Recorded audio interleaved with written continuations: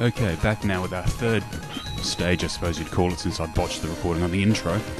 And we have Pirate Man, who is looking rather like he does in fact have a broomstick up his ass right there in the intro screen. So this is a water level. I'm told it's partially ripped off of... Well, not ripped off of, is... I don't remember the release dates for the two games comparatively, but I'm assuming this originally was done before Mega Man 8. I'm told it's rather similar to the water level in that. As you see me get ripped up by the spikes, the squid-topus, whatever the hell those things are, of course can only be damaged from front on, and they usually take 2, charged blasts to get rid of. And now we have a fat, hook-handed pirate slapping us around. Just, yeah. Anyway. Okay, now we get the landmines, which are fucked up, and these cone-headed little bastards that will chase you around. They constantly try to get closer to you, so once they've locked on, this is kind of problematic, because when they lock on, they will keep chasing you, and they won't leave you alone, even if you're not in the water. So you get situations like, well, you missed it in this one, but right at the beginning you have to leap over them and around, because if you just wait there for them to move, they won't. And of course, if you get too close, more of them spawn. I'm going to lure this guy down to the bottom so that I can shoot him while he's running into the wall, because seriously, that kind of idiocy deserves the death penalty. You can get that CD in there. I'm not trying to. The trick to it is that you need to get over the giant clam dudes, because they can't be hurt from behind. As you see right there, they are immune to any damage not coming from their front arc while they're open. So now we're going down some ladders. I don't know why we need ladders underwater, but we're going to grab the CD that's up here, just because it's right fucking there, and I may as well. So we're going down ladders. Why we need ladders underwater, I don't know. There's some stuff over the side there, but it's not really important. As you see me land right on the big spike of getting spiked up the arse. Now we have a giant whale ship. This thing just sort of roams across repeatedly. I don't even know if it's the same one, if there's a bunch of enemies. You have to duck down into the low areas, let it go over you. If you've got enough firepower, you can bring it down, but it's not really worth doing. And in this spot here, you are almost guaranteed to take a hit, so you may as well just walk right through. And, take some damage and save yourself the problems. So now we've got the open underwater level. Luckily for an underwater level, there's no actual swimming sections, because that would fucking suck with Mega Man's, physics engine, insofar as it has a physics engine. So we're going around, we're just leaping back and forth. Luckily there's no actual normal enemies in here, it's just the landmines, which are relatively easy to avoid if you're careful. The spikes down the bottom, again, relatively easy to avoid if you're not suicidal like I was just there and making blind jumps for the hell of it. You want to try and avoid the bubble ones, they mostly just stuff you up. And then you want, basically just keep going forward, it's a very linear level. Don't jump into the mines like I almost did there.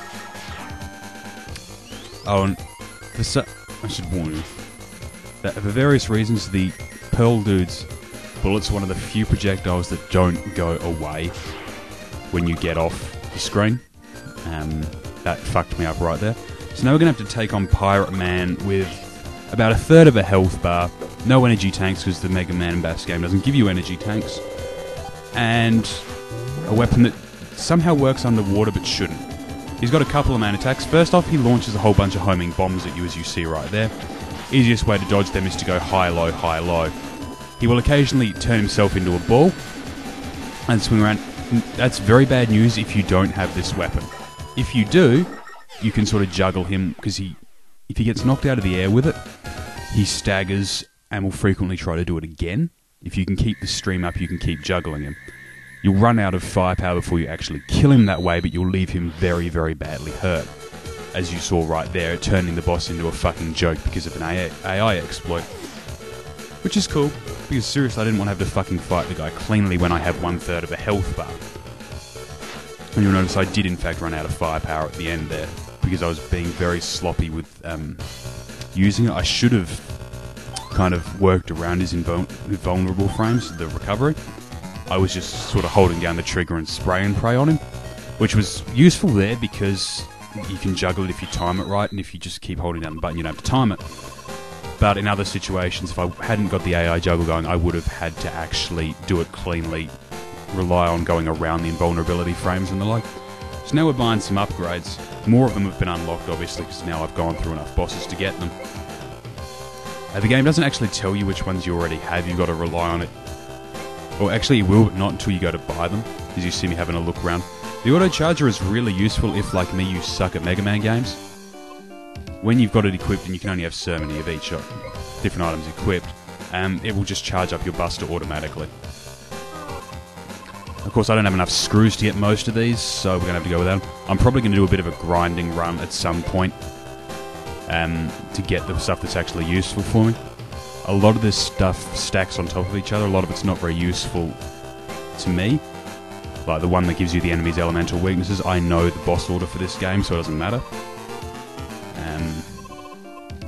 A few more I might own. Due to the really bad English in setting up this game, getting out of here is a little bit weird.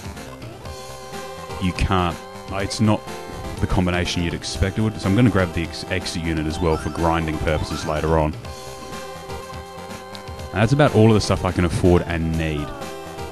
Some of the other stuff I'm going to grind up and get, probably the energy booster, because it's really bloody useful. And maybe the C attack. What that one does is, when you're badly damaged, it gives you a boosted attack output. Quite useful in the close boss fights, and considering I run very close to dying in a lot of boss fights, it's probably going to save my ass a lot. Doesn't work on the special weapons as far as I know, though. So we're going to be back next time where I fuck up whoever's next in the boss order, because I honestly don't remember at this point.